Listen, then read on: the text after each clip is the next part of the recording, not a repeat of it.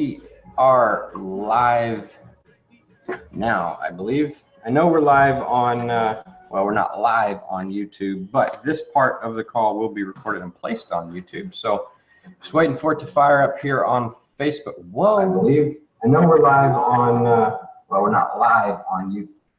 Wait.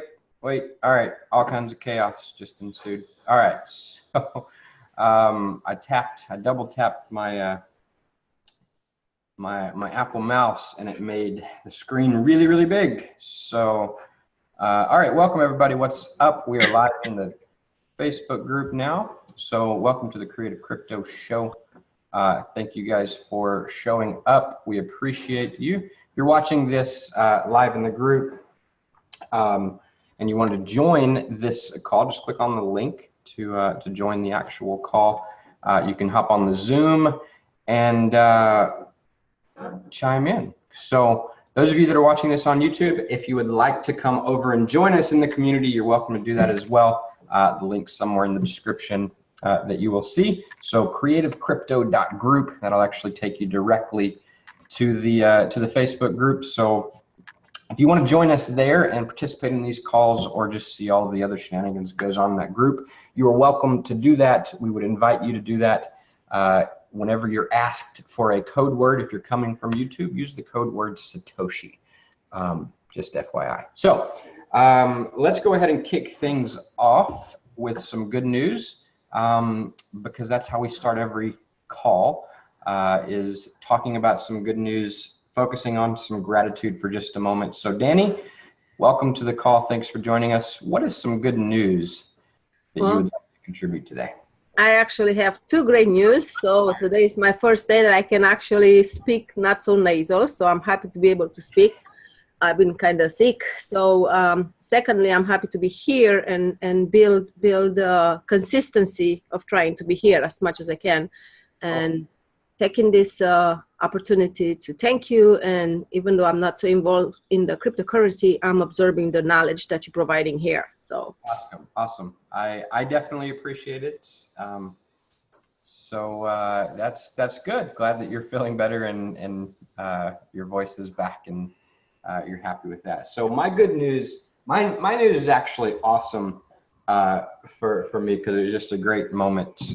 Yesterday afternoon, I picked up my daughter from school. We hung out the entire, I turned my phone off basically, and we hung out the entire night. And we went to a park, and she saw this tent, and that got us talking about camping and tents. And after conversation, we realized that she didn't really want to go camping like outside or not even in the garage. She just wanted to camp and kind of be in a tent. So we popped this we have a massive 8-person tent, and so we threw it up in the middle of my living room, and we unzipped one of the windows. It's got like 5 or 6 windows in it.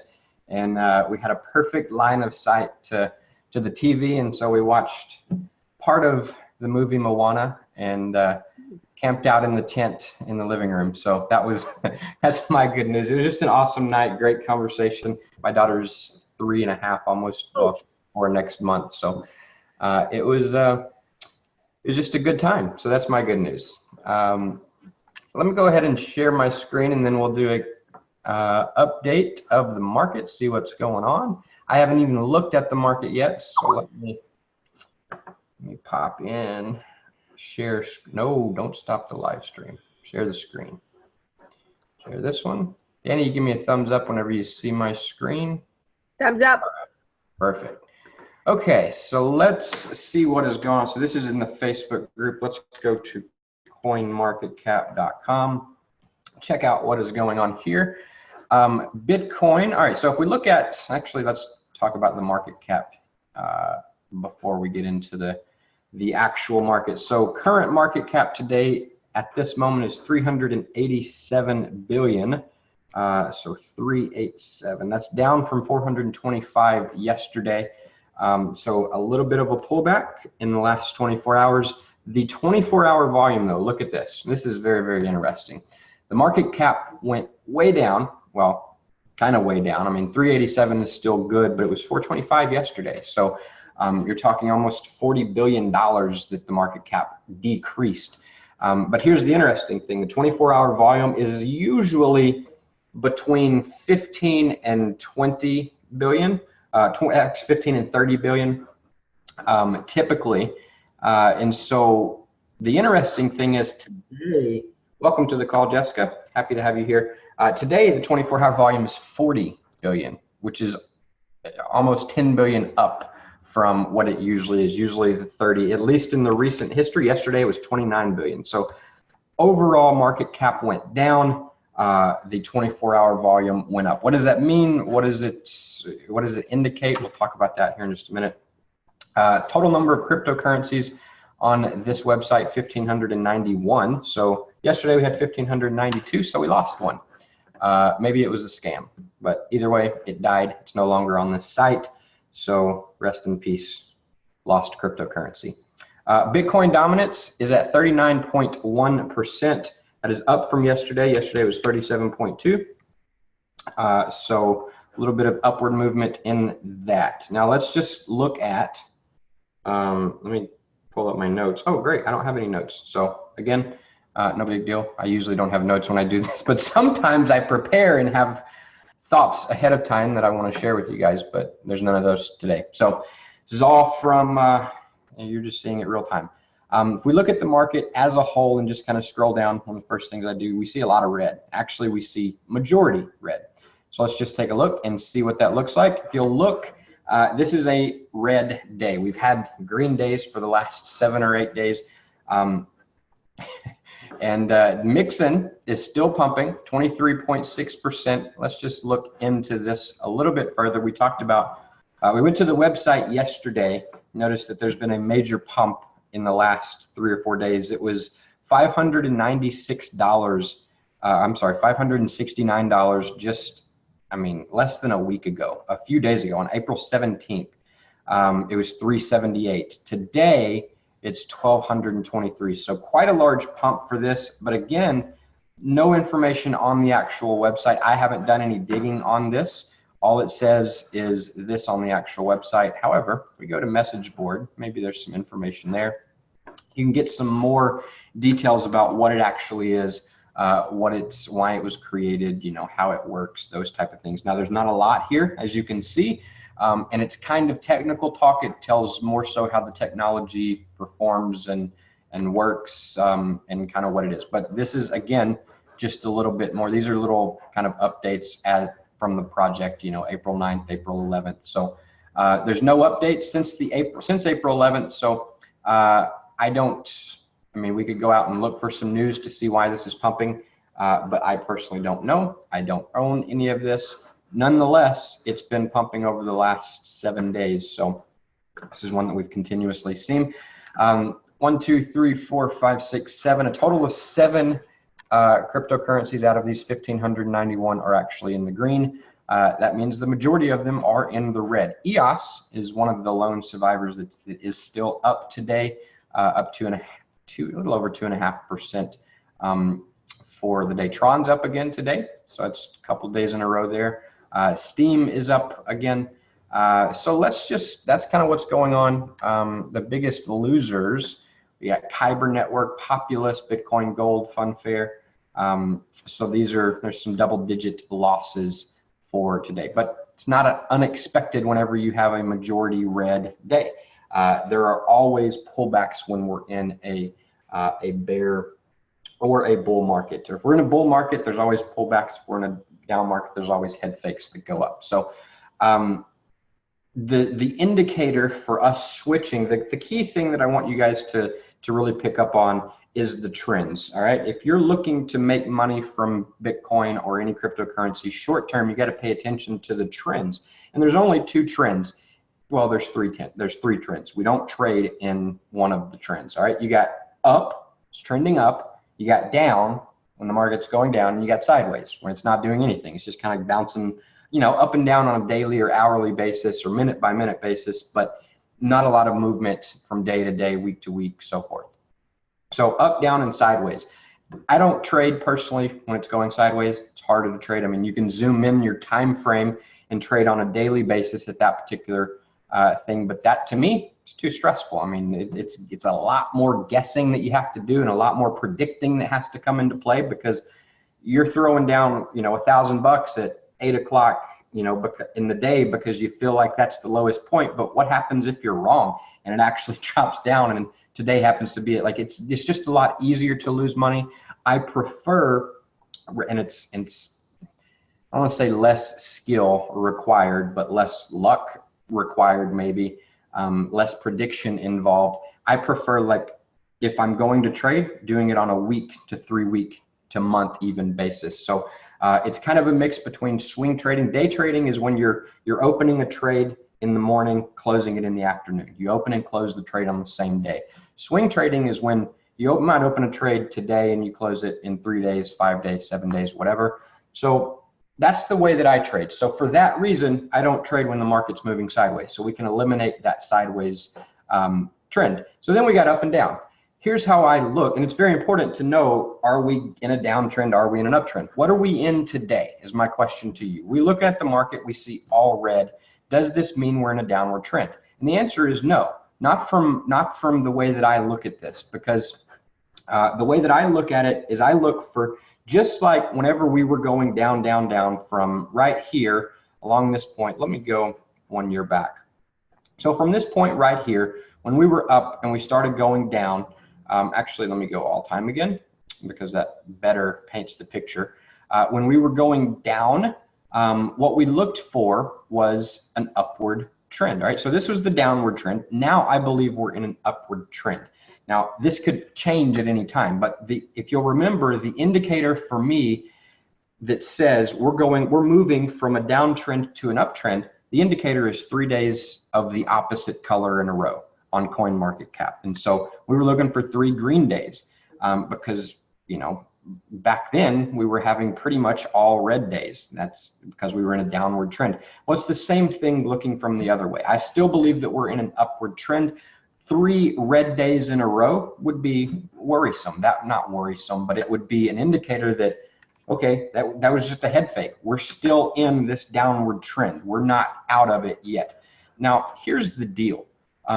At the core, I don't believe that, like, I believe that Bitcoin, as well as majority of all other cryptocurrencies, are in an upward trend. Now, they're in an upward trajectory, but maybe not so in the value that's being shown, because there's a lot of suppression going on. There's a lot of manipulation that's going on to suppress price, you know, coordinated news, coordinated FUD, like there's a lot of stuff that people are doing because they didn't get in where they wanted to get in, and they're suppressing the price and, you know, buying it up strategically so that they can really profit from this inevitable transition of wealth that's occurring. And so I believe that all of these strong companies, like, it's an upward trajectory for all of them. So all of this downward stuff is just people kind of pushing down on it and kind of failing. Like, every time they let off just a little bit, the cryptos go right back up immediately. And I've noticed that over the last year of watching it really closely. Every single time there's a pullback, it's like soon as they let up on the FUD or let up on the, you know, the regulation news or any of the fear stuff, it starts to go back up. And so that, to me, just tells me that these cryptos inherently are strong. They're going to survive. They're not going anywhere long term. And so that's just a good analogy I heard. You know, those skydiving machines, I think they're called iFly, where you don't actually jump out of an airplane. You're kind of skydiving just a few feet off the ground where the air is blowing up. It's kind of like that. Imagine the skydiver is the big bankers and the people that are trying to hold down the air. They're trying to stop all of the air. Well, they're not wide enough. They're not big enough. There's air that's coming. Cryptos are the air, right? Cryptos are going up naturally. The air's going up, and so they're just trying to hold on. But they can only block for a certain amount of time and a certain amount of it at a time. So that's kind of the way that I'm seeing it and looking at it. You know, cryptos are strong for a while. I want to talk about something that's interesting on that point, though. Actually, let me get into some news, because I do have a few pieces of news that I wanted to just bring up and talk about today. The first one is this right here. I posted this 24 hours ago or yesterday after the calls. Anybody else paying attention to what's happening in the bond market? So let's actually look for today. This is the most this is today. This is real time. This is the bond market. All right, you go to any ticker. I choose to use TradingView. The Vanguard Total Bond Market. The ticker symbol is BND. All right, BND. This is a very good representation of the US dollar. There's not an actual ticker symbol that says here's the value of a US dollar, right? This is a great representation of it. Why is this a great representation of it? Because the total, this represents the total bond market through the Vanguard fund, which is the largest bond fund. Now, why is that important? Well, because what is US currency? It's debt, it's bonds, it's traded for bonds. Like that's how currency is created. We've talked about this. And so this is a good representation of the value of, if you want to look at the dollar and say kind of what's going on, where, you know, this is a good representation to look at. Now, there's something interesting about this. Number one, we're in a massive sell-off, all right? This is a massive, massive sell-off, all right? People are from all over, China, Japan, everywhere, they're getting sick of holding on to the US bonds, to the debt, because they're realizing this stuff is not really that valuable. We don't want it anymore. We don't want to accept it. We don't want to take it. We don't want to collect it. We don't want to hold it. We don't want anything. It's going to nothing, and we don't want it. And so there's things that are preventing them from just dumping all of it. They can't do that right now. But that's what they all want to do. That's what everybody wants to do. And so there's this move into crypto is where we're going, because when you have this type of sell-off of a bond market, cryptos should be going through the roof right now. Price of gold should be going through the roof right now. Price of silver should be going through the roof right now, because where's the money going? Where's the money going? They're done. What are they putting this money that people are dumping? Where are they putting it? Are they putting it back into bonds? Are they putting it into CDs? Are they putting it into, you know, these things that earn them 1%, 2% a year? No, that's stupid. They're not putting them into stocks either. All right. So what this tells us, and even this chart, even this market is manipulated, because you'll see these surges from time to time. Like you'll see, you know, there's lots of these drop-offs. I mean, it's been selling off for quite some time. I mean, just look at this trend line. Like it's ridiculous. Like it's been selling off for a long time. And you'll have these surges, all right? And these surges are all fabricated. They're all coordinated. They're all, I mean, like this is a pretty serious dump right here that's taking place, which is just crazy. Watching this thing, you guys should all be watching this on a regular basis, because this is a real-time indicator of where the value of the dollar is going, right? So it's a good one to pay attention to. So I just wanted to point that out. Another one, MIT publishes a plan to destroy Bitcoin. I posted this in here. DAX says, surprise, more tech giant companies haven't launched their own ICO yet. Telegram being the main forerunner so far.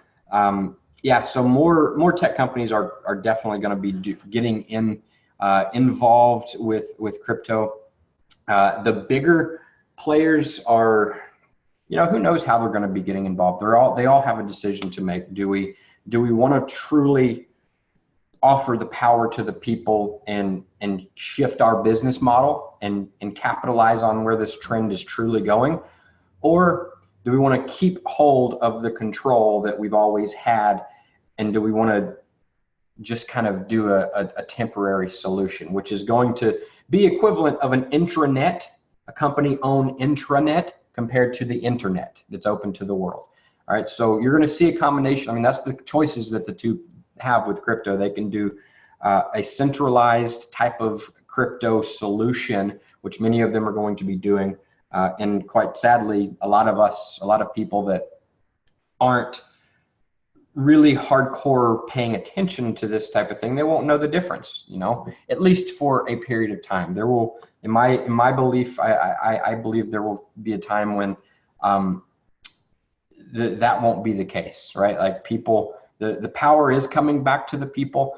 People are waking up to the idea of, you know, and it's human nature to want to have that control and have that, you know, freedom to create and express. And, do these things that that we all want to do.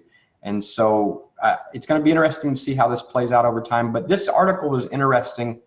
You can read the actual article that this one was written for.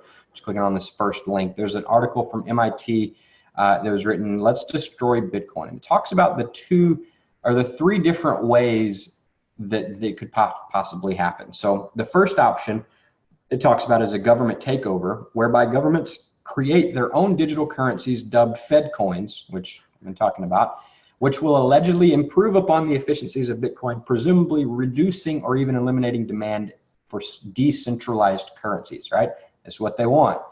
We don't need decentralized currencies. We can provide everything that you guys really want and need and keep you guys safe by doing it the same way we've always done it, centralized. Now, they might not be using those words, but that's what they want. And that's a possible option. I don't personally think that's going to be the option. And I mean, there will be some hints of this that happen. I mean, I'm on board. I don't doubt a Fed coin type of scenario taking place. So that's just the first possibility that they talked about. The other one involves the tokenization of everything. In this scenario, economic activity evolves into a hyper-efficient mass barter system in which virtually every company releases its own cryptocurrency, and an automated system allows users to seamlessly trade their Facebook coins for their Toyota Cash, depending on which asset they need. So if you imagine this tokenized world where you pay your car payment with, car coin, you buy your dog food with dog coin, you buy, you pay with you earn and pay for Facebook with Facebook coin, whatever, right? And a free exchange among and between all of them. Let me actually shut this down because it puts annoying little pop-ups in here. All right, so so that's the second scenario, right? If this barter system gets too efficient, then that could potentially take down the current idea and philosophy behind Bitcoin. Again, I don't see any of these scenarios playing out fully. I see aspects of all of these happening though. And then the last one was involved social media conglomerate Facebook masterminding a stealth takeover of the cryptocurrencies. In this scenario, Facebook launches a multi-pronged attack on the cryptocurrency's current implementation. First, the company creates a proprietary third-party Bitcoin wallet and integrates it throughout Facebook's product suite, a scheme designed to trick users into giving the company outsized control of the Bitcoin ecosystem. For those who already use Bitcoin, the experience is so vastly superior to what they previously experienced that they immediately migrate their funds to the Facebook wallet. Those who don't yet own any Bitcoins, who've never heard of them, they could be given the option of earning some on the Facebook site, either by watching advertisements or by writing Facebook posts for others to see. All right. So we talked a little bit of this scenario as well. I mentioned it yesterday, the idea of people paying marketers, advertisers paying directly the consumers that they want, and consumers, people, users being paid for watching ads, essentially. You want to market to me? Okay, market stuff that's relevant to me and pay me for my time. If I'm going to watch your ad and I might be interested in your product, sure, I'll do that, but I want to get paid for that time because otherwise I can spend my time somewhere else, all right? Think about how this plays out. I think that's where we're going, to that type of world. And so what they're pointing out here is that in the transition to that, you might have sites like, it could be Facebook and Google, and I see versions of this happening as well, where they're like, they just make it really easy. They do their job that they've always done and put out great products, a great wallet that's easy to use, it's easy to get and activate, and that's not the norm for cryptocurrency, right now. There's, bulky wallets, and when I was getting started, we created a whole product, a whole game around it just on the idea of how to get started, because there's so much stuff that goes into it. You got to buy a wallet, you got to, set up exchange accounts, and for a lot of people that's new and foreign. And so the seamless transition is what these large companies are really good at. And so I would not be surprised if we see that type of scenario possibly play out as well. So let me close this one out. Let's see. Next, let's see if we have anything else in here. So I believe that is it for those. Let's see, what else I want to talk about today. So we talked about the Let's Destroy Bitcoin article. Oh, Coinbase has blocked WikiLeaks. I did not actually post this in the group, but I saw an article. Coinbase has blocked WikiLeaks. In my opinion, I mean, it's kind of a big deal, honestly, because I haven't seen any follow-up from WikiLeaks or from Coinbase mentioning why. My initial gut reaction says it's probably them, Coinbase, taking the bait from the government on this. They've already proven that the government has say for what they do in their actions. I mean, they turned over, literally, the government asked them, said, hey, anybody that spent over this amount on your site since the beginning, we want their information. And they handed it right over. And so, and they didn't have to, is the key point there. And so with that type of play in their history books and like in their you know, they've proven that they're they'll just hand stuff over. So I think that there might be some government influence in them blocking WikiLeaks, because what does WikiLeaks do? Those that you don't know about, I mean, they're the ones that expose all of the political, you know, the worst political stuff that surfaces. Usually it comes from something that WikiLeaks find. You know, they've got, and I don't know that I've read a little bit about the guy behind it and the team behind it. And they may have their own agenda, but you know, at the core, they kind of just, the lies and the scams and the deception stuff, they tend to, like, that's their business model. They focus on that and bring that stuff, that type of thing out to the public. And so not a lot of people like them as a result of that, especially the bigger players in the game, and the government and politicians and the people that are threatened, that feel threatened by them, they don't like them. So found this interesting that just out of nowhere, Coinbase blocked their account. In my opinion, I think it's great for crypto holders. The reason is because this is a demonstration to all of us. We should all take a lesson from this, regardless of why they did it or if it's government influence. It doesn't matter. What we should learn from this is it's not a good idea to hold our crypto at a place like Coinbase or any third-party exchange. If you have crypto, don't hold it in a third-party exchange, because there's so many ways, so many scenarios that could happen where you're going to lose your money. You're going to get Mt. Goxed. And those of you that don't know what Mt. Gox is, it was an exchange where a lot of people held their money there and they lost it. And so you don't want to hold your crypto at an exchange. You want to hold it elsewhere. So I will probably always preach that part of the message, because it's very important. And there's so many scenarios that could happen. Bank collapse would lock up your exchange, because guess what? These exchanges depend on the transfer of US dollars. So if the banks go down, so do the exchanges. I've talked about that. But that's not it. I mean, the exchange could be influenced by the government and say, hey, freeze this person's account, lock their account, shut it. We don't know if WikiLeaks lost the money that was involved in that, or if they just said, you can't buy anymore, you can't sell anymore. I don't know the details of it. I'm just saying it doesn't matter the details of it. It's a good lesson that says this, why we don't want to hold our crypto elsewhere. We want to have it. If you don't have it on a wallet that you own with the private key, then you don't own the crypto. It could very easily just go away one day for you. So that's the lesson from that.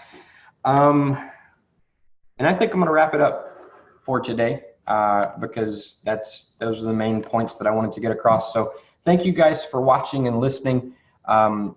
If you are watching in the Facebook group and you would like to subscribe to the YouTube channel, you can just go to the link I posted yesterday and go subscribe. I got like 8 subscribers yesterday. Actually, let's do that. I want to go look at that, because I promised you guys a special shout out for those of you that subscribed. So let me do this really quick. I'm going to go to YouTube. Actually, I may already be on YouTube. There we go. And we're going to go to my channel.